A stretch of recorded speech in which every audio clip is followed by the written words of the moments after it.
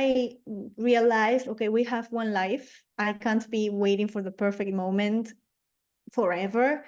I need to do something now. And so that was the trigger. I started looking for people, for producers, for experts in the music industry.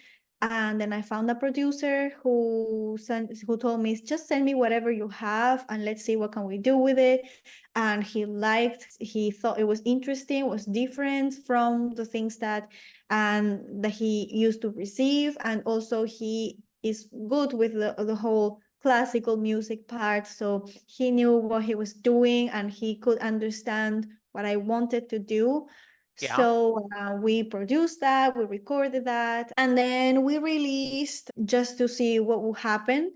And people loved it. Many people really enjoyed the music and started listening to it. And then I contacted a fairly well-known singer in the Spanish rock scene, and he Yeah. liked the song.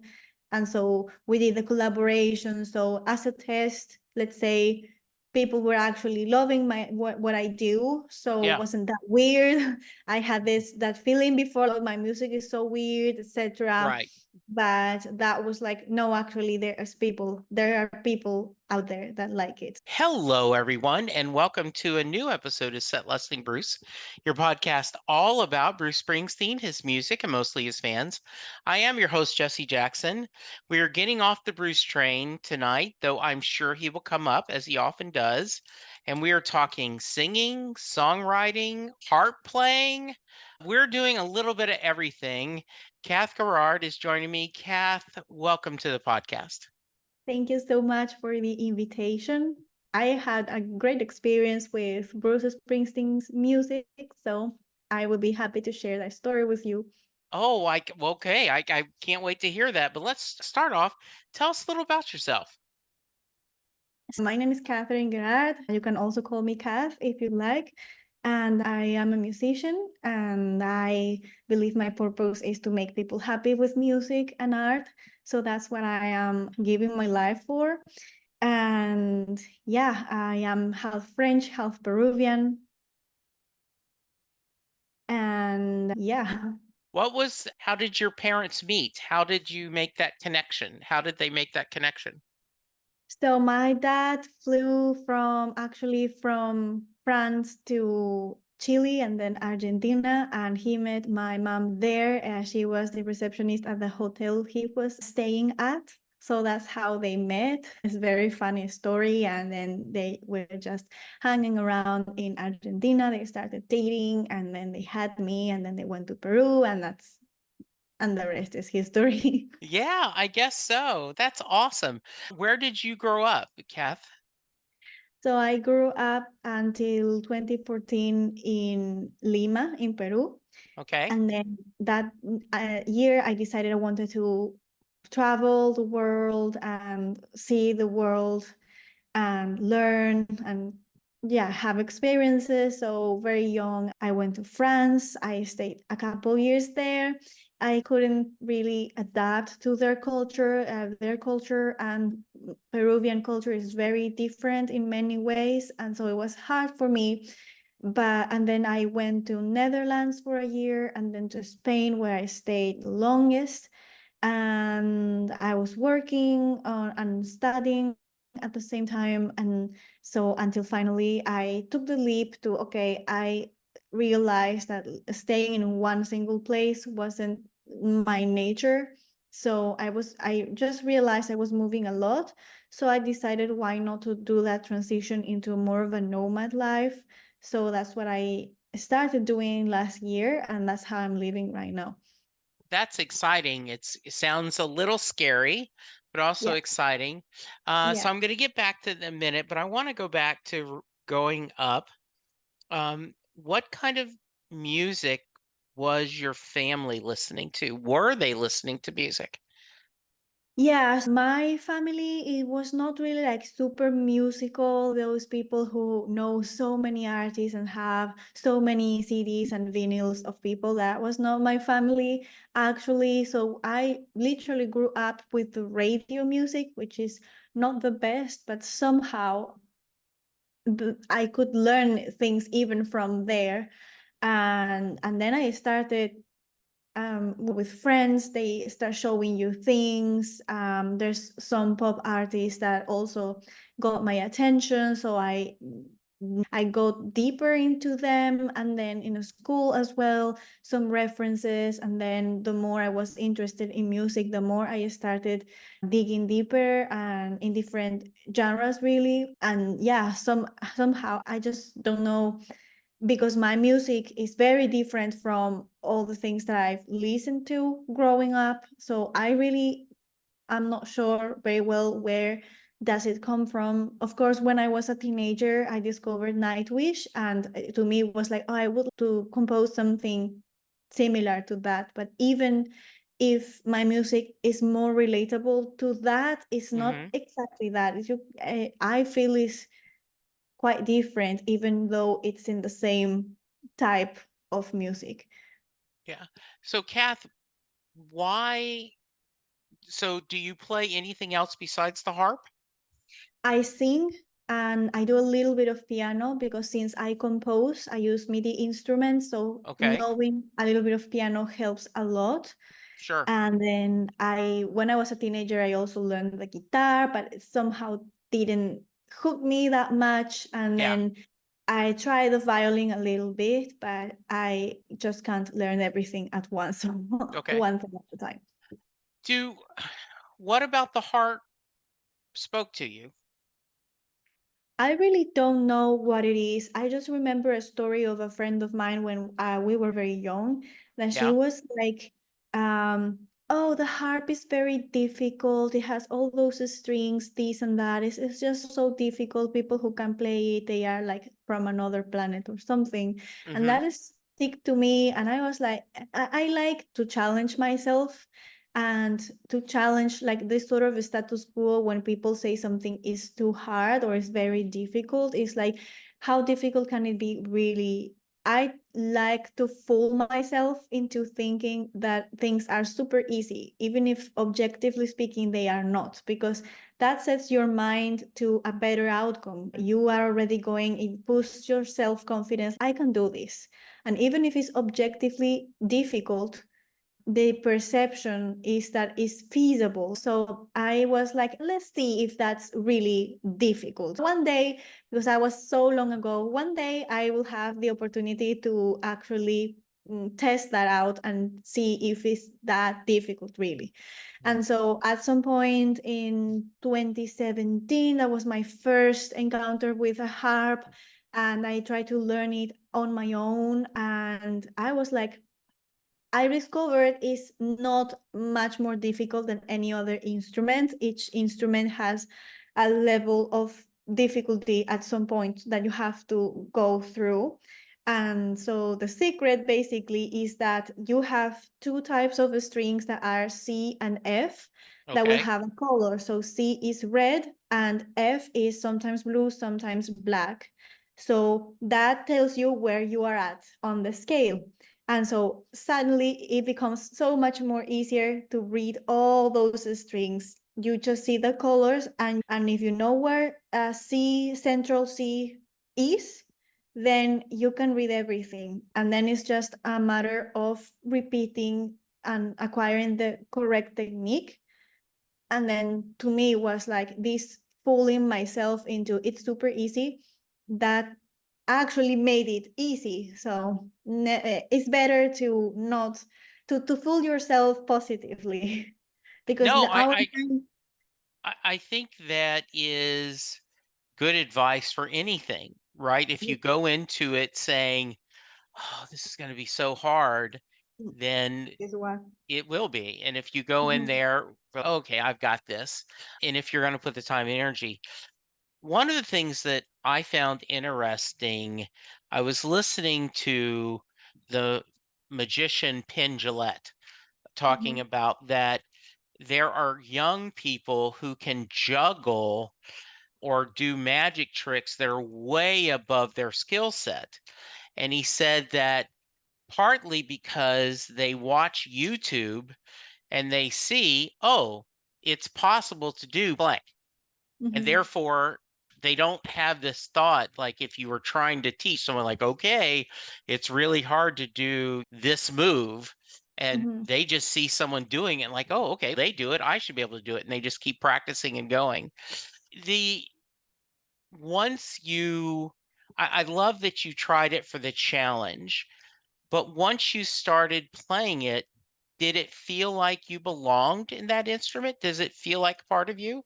Yes, definitely. It's so sweet and calming, and the sound is just so beautiful. So it really takes you somewhere else. And I love that. I love the fact that it's so easy to sing with and along while you are playing. And yeah, I was normally when you start out, they recommend you to practice half an hour a day or maybe 20 minutes a day, 3 times per day. And I could spend 2 3 hours just playing the harp nonstop. So that was why I progressed also so fast in that. Yeah. To you, it wasn't practice, it was just fun.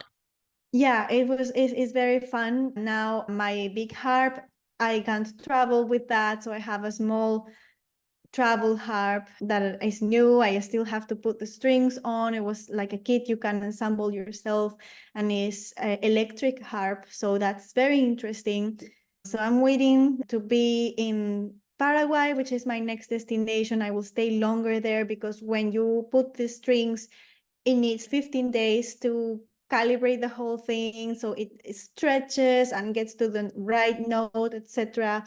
And so I am like so anxious because I want to play and I can't. It's been a while already. So yeah, I really like that instrument.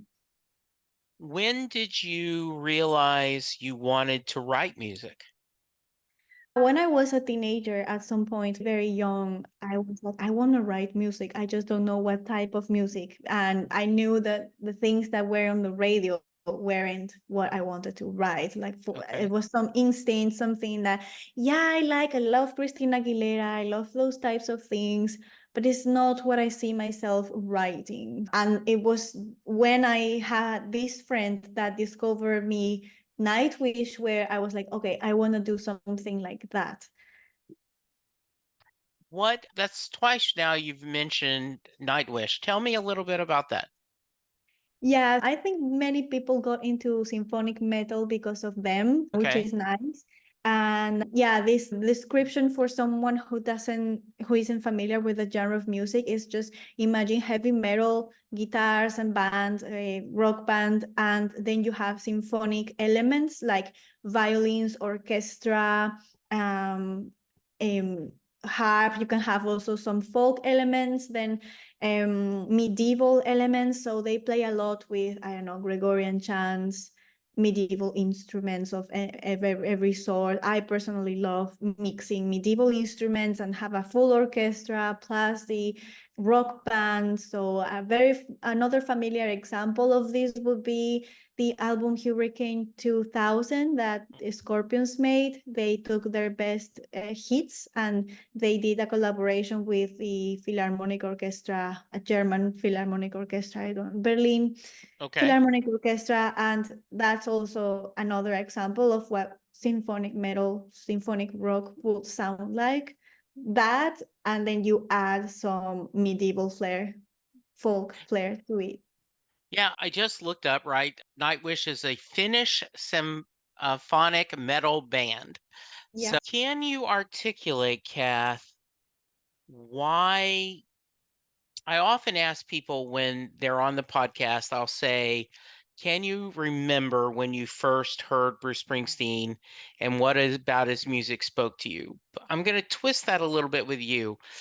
Can you articulate why hearing Nightwish and hearing this symphonic rock kind of with the Celtic and all the folk music, why that you went, yes, Mhm. that's my voice that I've been looking for. Can you articulate why?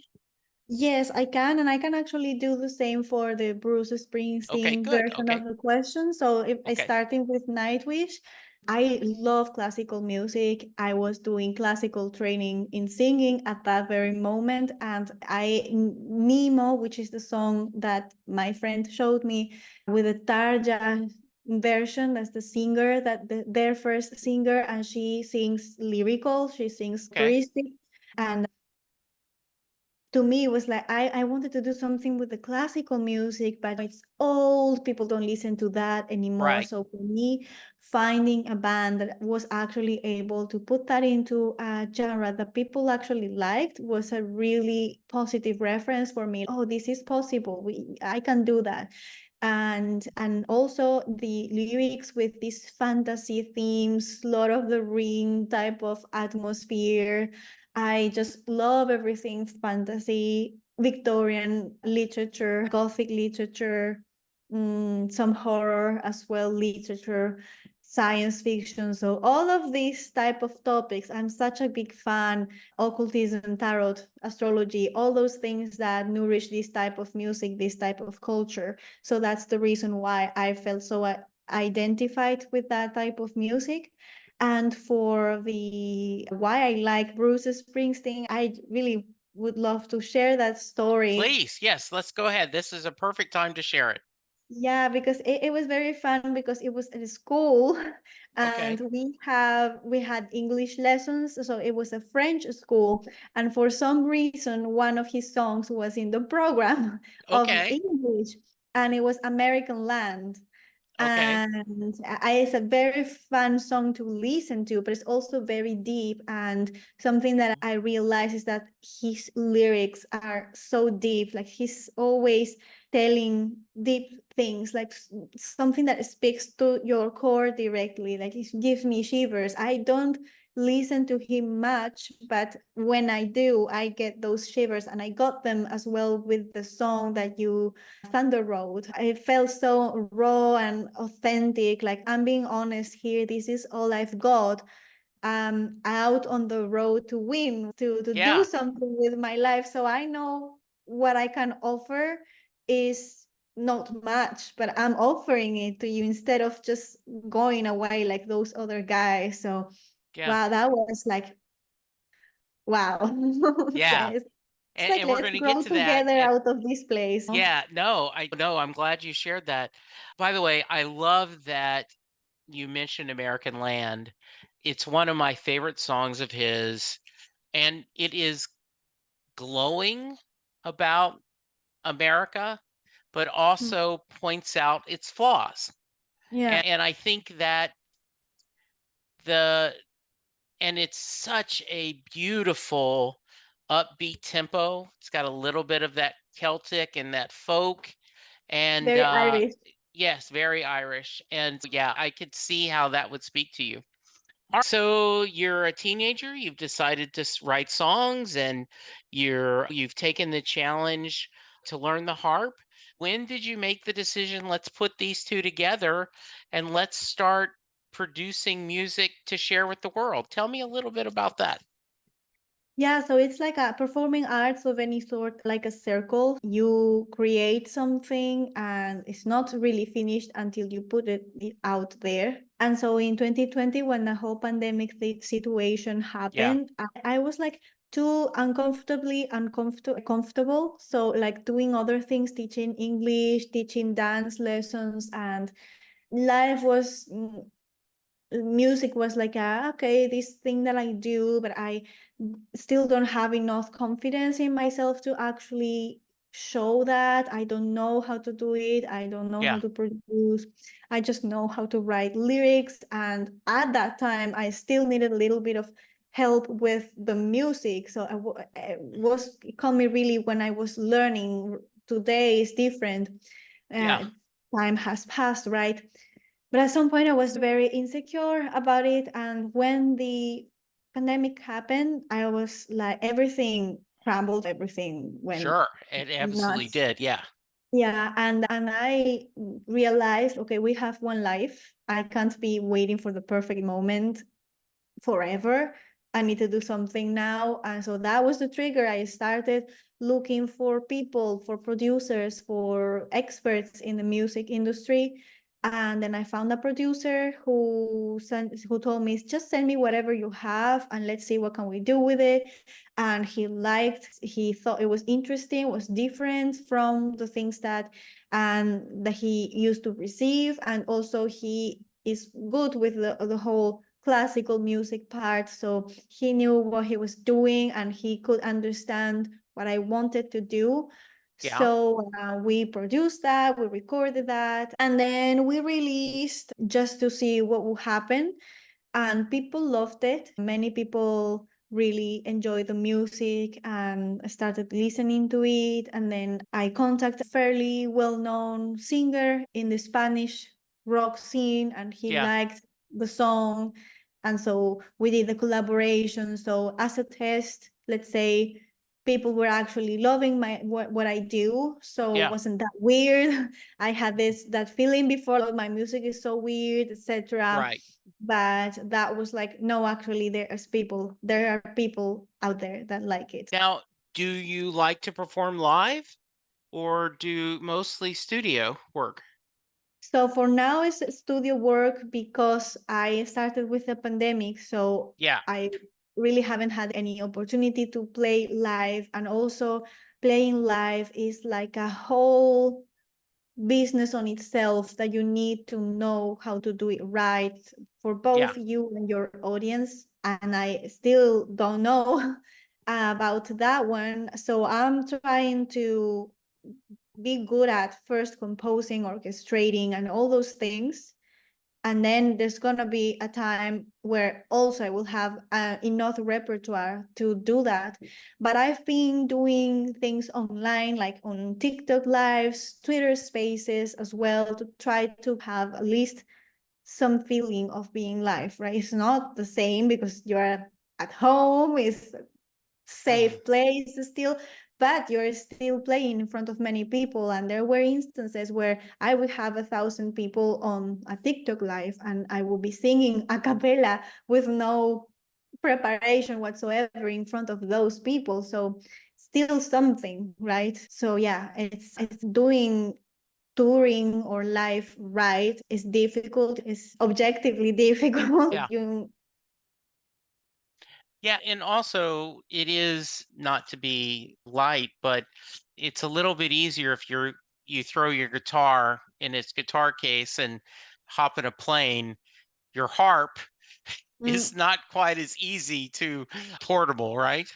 yeah, it's not as portable. That's why I have the other one that also has the advantage of being electric. So Yeah. you can plug it to a guitar amplifier and put some distortion on it. And that's what I want to experiment right now when the assembling is finished. Um, yeah, to have a harp and do heavy metal with a harp. So I love it's that. gonna be interesting. So I'm a little curious, Kath. I want to go back that you mentioned that you have rambling feet, right? Where do you think that comes from? Where do you think this love of moving to different places and going to different, not happy staying in one place? Where do you think that comes from? I think it comes maybe from, on the one hand, from my dad, who's also a little bit like that, not as Okay. much as me, but and then I'm very curious person about things, and I like to experience things on my own. And whenever I have people that are like, oh, this country is not good because this or that, I am like, okay, I like with the harp, right? I want to go and see if it's really like that. And many Yeah. times it's just a prejudice, or at least in my experience, like, also depends on your vibration, your attitude towards life, that will also determine how you will Mhm. experience things. And of course, you can always have bad experiences, but in general, it's better to have the experience firsthand, and also opens up your vision of the world. You become more compassionate. You learn a lot of things. You discover new music every time, new instruments, new things. It enriches your life, and also the soul experiences that you have will also inspire. I think it's important to live, for anyone really, to live life to the fullest, if it was the last day of your life, etc., Sure. etc. But for an artist particularly, it's like even more important, because otherwise, like, inspiration for creativity can only come from life, from Yeah. living. So go out and live, and then bring that inspiration back for whatever you are doing. You can be an accountant and still you need that inspiration to your life. Yeah. So I'm going to send you the link that for another Bruce song. It's called Better Days, and it is one of my favorite songs. And the idea is that he talks about he was sitting around waiting for his life to begin while it was all just slipping away. You Mm-hmm. know, that, and these are better days. And I think that is important. Yeah, as you're saying, um, it's one of my biggest beliefs is that you have to enjoy the journey, even in dark times. Understand that you will get past this, and to sometimes people are too impatient. I can't wait Mm-hmm. for this to happen. I can't wait for this to happen instead of enjoying that journey. So I will send you a link so you can hear that song. You are also I checked your website, and you also are into visual arts. So Yeah. not only are you someone who can't, and I, by the way, before I go to that, I'm going to put you on the spot. Is there a favorite place you visited so far?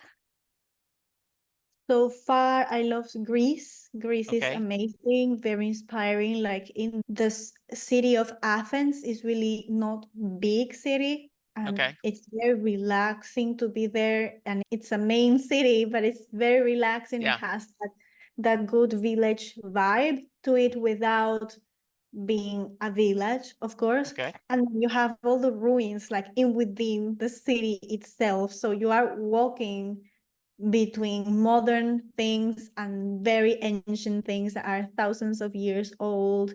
Yeah. And you can just lose yourself in there. And it's an experience. It's like you start imagining, oh no, this is Atlantis, this is this, this is that. It's Yeah. really takes you away. It made me very philosophical, maybe because of the archetype of Greece, philosophy, etc. Sure. That was very inspiring. London, I liked. It's very pretty. It's because of all the Victorian things I love. It's very steampunk type of thing, still has a lot of that. My favorite city of all times for the culture aspect is Paris, will always be. Like, you can walk around Paris, you turn around the corner, and there's something beautiful to see. Even a water fountain for drinking has a statue or a sculpture of Yeah, some kind. It's exactly. so Yeah. beautiful. It's like Stendhal syndrome after Stendhal syndrome. Stendhal syndrome basically is when you see something so beautiful, you get sick. Like, it's you start crying and you have no words, and what's going on is just too beautiful. So that's Paris for me. And then now that I'm in Buenos Aires, I am loving the vibe here. It's really, it's not like other South American cities. Like, for example, Lima, I have to say, is chaotic. It's Yeah. the reality. And Buenos Aires has a European vibe with South American prices. Hmm. It's very nice in that sense, and people are nice. They always smiling at you, saying hello to you, very warm as well. Have you spent any time in America? I've never been to America. I'd love to visit America Okay. one day. Okay. All right. That is, but I'm sure as much as you're moving, you will make that sometime, right? Yeah, it's gonna Yeah. come Yeah, for sure. exactly. All right. So let's talk a little bit. You loved your music and you're finding your muse. What about the art? What about art spoke to you? And Yeah, why so did you decide to do creative art as well? my dad is actually a painter, Okay. and I growing up, I just saw him drawing and painting, and Yeah. he taught me a few things. And then since I wanted to focus on music, I didn't develop much of my drawing, but I'm a decent at it. So for the video clips of my music that are on YouTube, the first one, Guerra y Dolor, I hired someone to do the visuals, and it was good, but it's expensive to do. And then I was sad because ran out of budget. So I was sad Okay, that sure. yeah, the other videos will be with no animation because there's a whole Okay. story going on, etc. So I was like, okay, I'm going to learn how to do 2D animation somehow. Hmm. So I was browsing on YouTube. I remember at that time my old computer died. And so I Okay. decided to get myself an iPad to try out. And I was just browsing on YouTube and I just put how to do 2D animation. And then I saw a video that was how to do animations using Procreate and your iPad. And I was like, that's interesting. Let's see. And basically, Procreate is an app for the iPad for doing illustration, for drawing. And Okay. but it has a little bit of animation that is actually supposed to do like a little GIF or something that enhances your illustration. So it pops up on your timeline on Instagram or whatever. So that's the purpose. And I don't know what got me at that moment. I had a week before the release time, and I just, with very basic drawing skills and having to learn the app from scratch, I said, I am doing that. I'm doing an entire video clip out of that. Hmm. Somehow I did it. I not only did one, I did three of them. So all of Te Seguiré, Quiero, Sola, all the three of them, I did them myself somehow. I don't know how I did it. I inspired myself from the images of the first video. I just went crazy and did it and did it and did it, because when you really want to do something, like there's no option. I'm not leaving those songs without, because it would have been so much easier, right? I just put a picture there, it's fine. Yeah. I just decided I would do it myself, and it worked and I could do it. So Yeah. Where can we see those? those are on YouTube, Catherine Okay. Gairard. Like my name is, everything on my socials is written the Okay. same. I will Yeah. include that link to the podcast. Kath, what a couple questions, but the first is what is still eluding you? What is something you're still working on that you haven't mastered yet?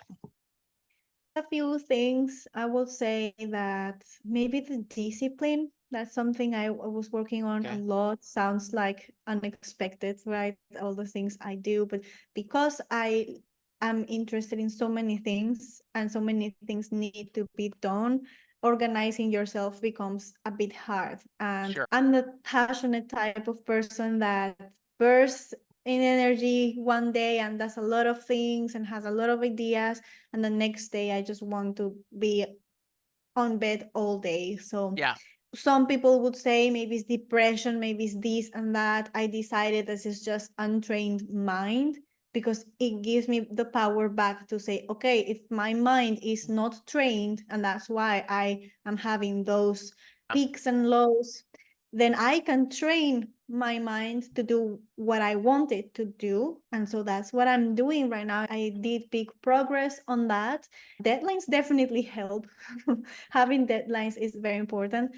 And I'm using just the app from the iPhone, reminders, and I just did categories like creativity. So my music, my screenplays and things, and just since it's so many, I just give a day to each one of them.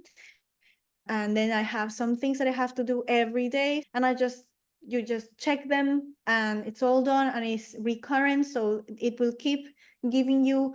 If you say, I want you to remind me back that I need to do this again tomorrow or next week or whatever, and it does that for you. So you don't have to think, I don't have to think about, oh, all the things I have to do. And also another thing, when you don't have a deadline, something that helped me a lot is to say, okay, there's no rush. I don't need to finish all those things tomorrow. As long as I keep working on a little bit, I'll end up finishing sooner than I would if I would try to do a lot in 5 hours and then nothing for 6 months. It's Sure. better a little bit each day.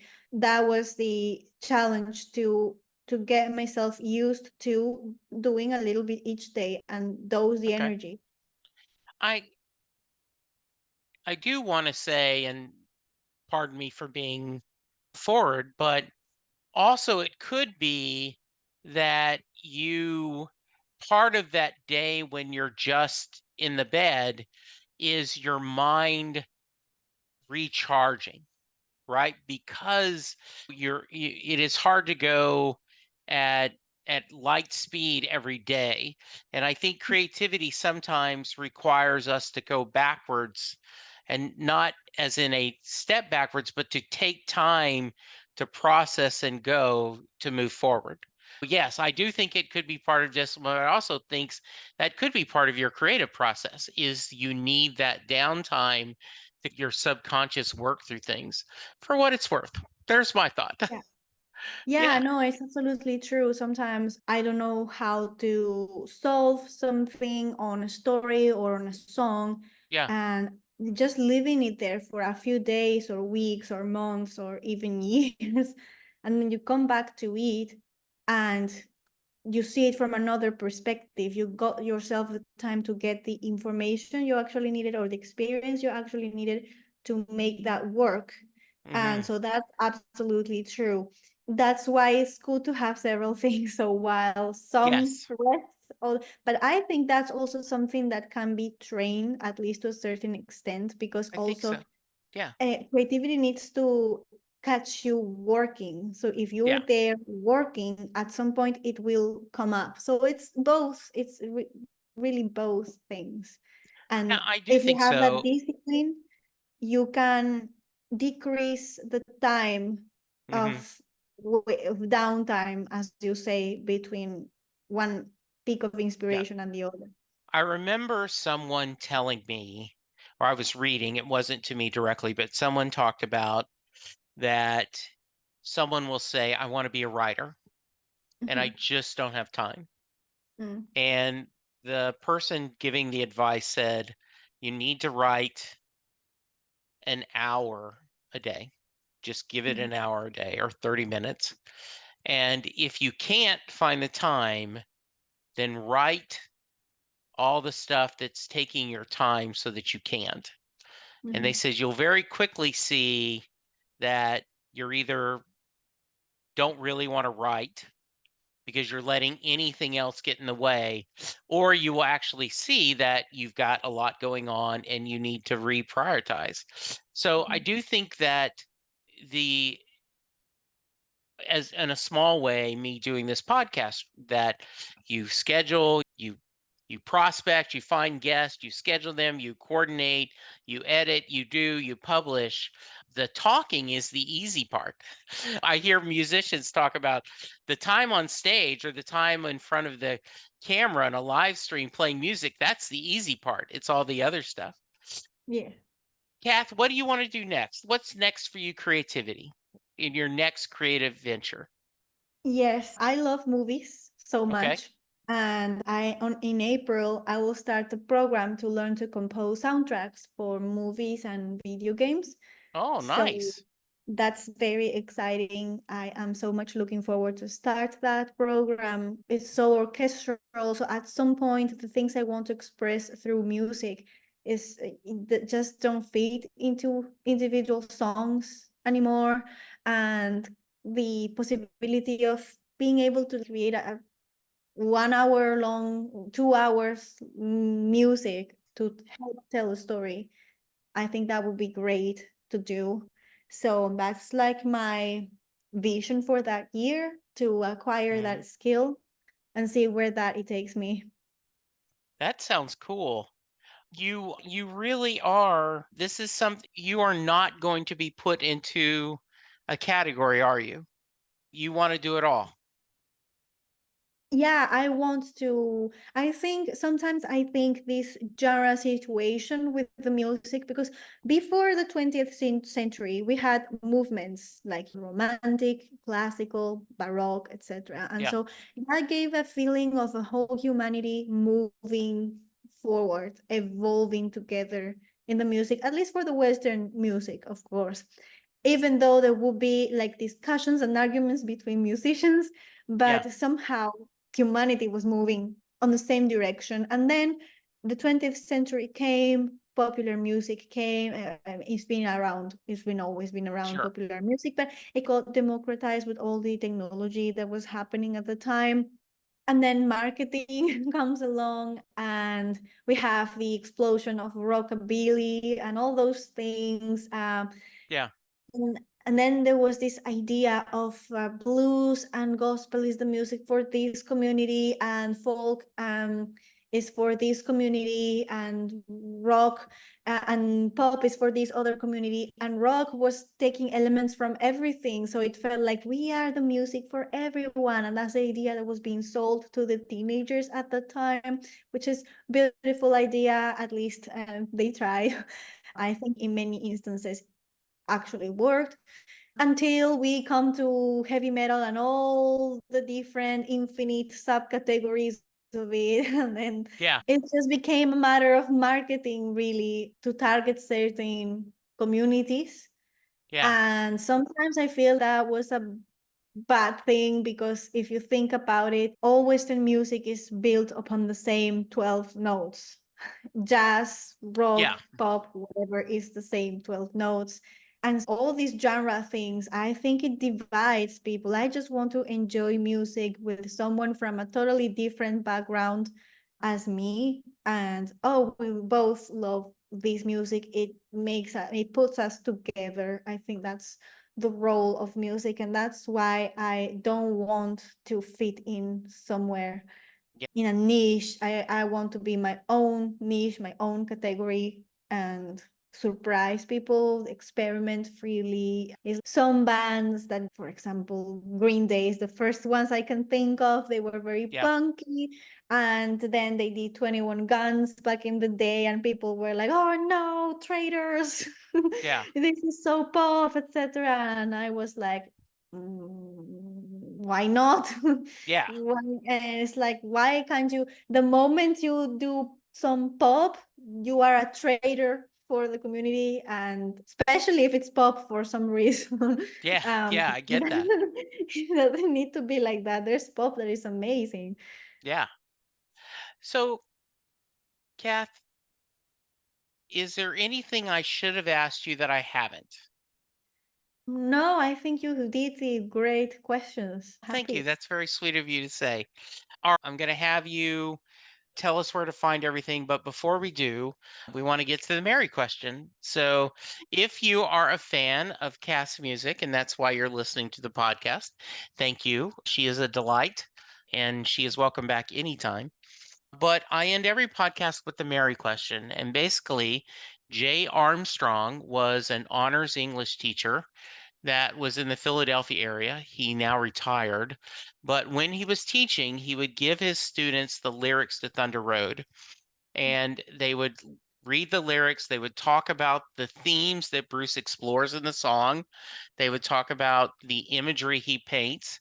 And then he would ask his class at the end of the day, does Mary get in the car? Hmm. Kath, you've already talked about how much you love the song. Does Mary get in the car? I think he never stays it that she gets in the car. It's all the time till the end. It finishes very abruptly. So I was like, hey, where's the end of my story? Why you ended like that? What's going on with you? And it stays there. And the climax is, this is the town of losers. I am pulling off out here to win, something like that. Yes. And so it stays like a promise. Hey, whatever, I know I can't offer much right now, but I want to go for something better than this place where you basically being used and mistreated, and I'm fed up of this. So it's like a proposition, do you want to come in? But So the car is like a metaphor for a new life, really, a new journey, like he says. Let's go somewhere else instead of being stagnant here. And also, I like this phrase where he says, "You ain't a beauty, but you are all right." It's like saying, perfect, I'm not perfect, but we can do something good together, right? And so you never know if she actually says yes to that So, proposition. what's your opinion? I hope she did, Okay. but he doesn't say it. Yeah, no, and that's the purpose of this. The question is, we don't know, Yeah. and we're just asking, trying to guess. And we are like, Bruce, why you did that to us? What I love is sometimes people do not like that phrase, you ain't a beauty, but hey, you're all right. My wife actually says, he says she's ugly. Why would she get in the car? And I'm like, oh, no, that isn't what he means. So I'm glad you like that phrase. I like it a lot. Yeah, yeah, because the first thought, because that's psychological, people need to feel important. And so if you're telling someone you're just all right, that's not being important. And beauty, physical attractiveness is a way of getting that sense of importance. So if you are a beauty, oh, I'm important. Things Yeah, I'm beautiful in a certain way, I'm important. But it's deeper than that. It's sometimes we have these expectation that we need to be like, oh my God, the only yeah, person that exists. And actually, love is a choice. That's what he's making. I'm choosing you. Obviously, there's gonna be people more beautiful, less beautiful, more intelligent, but yeah. you are choosing that person because there's 7 billion people in the world and you're choosing that one. That's what he's meaning, I think. Yeah, and what I always think is that I feel that Mary often says that she is not attractive. I Mm, think when she's talking to people, she will say, and I'm not that good looking, or who would want to go out with me? I'm mm, just this.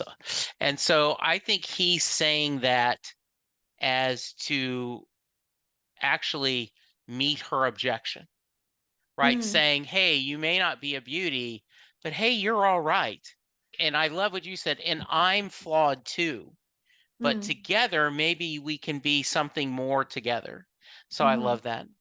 mhm. You've already mentioned that Catherine Gairard is where you can find it, but talk about where's your website, where's your social media, where can we hear your music? Yeah, it's all you have Spotify, Apple Music, so for streaming platforms everywhere you can imagine, really. Then I have YouTube, always with the same name, Kath or Catherine Gairard. It's a TikTok, there is Instagram, X, Twitter, Okay. Clapper even. Yeah. Yeah, Wonderful. Thank you so much for spending time with me. I know it's late there where you're at. no Thank you problem. for delaying your bedtime and spending time with me, Kath. This was just a joy. And I did want to share, I spent some time listening to your music. I absolutely loved it. I thought it was very different. I thought it was very moving and fun.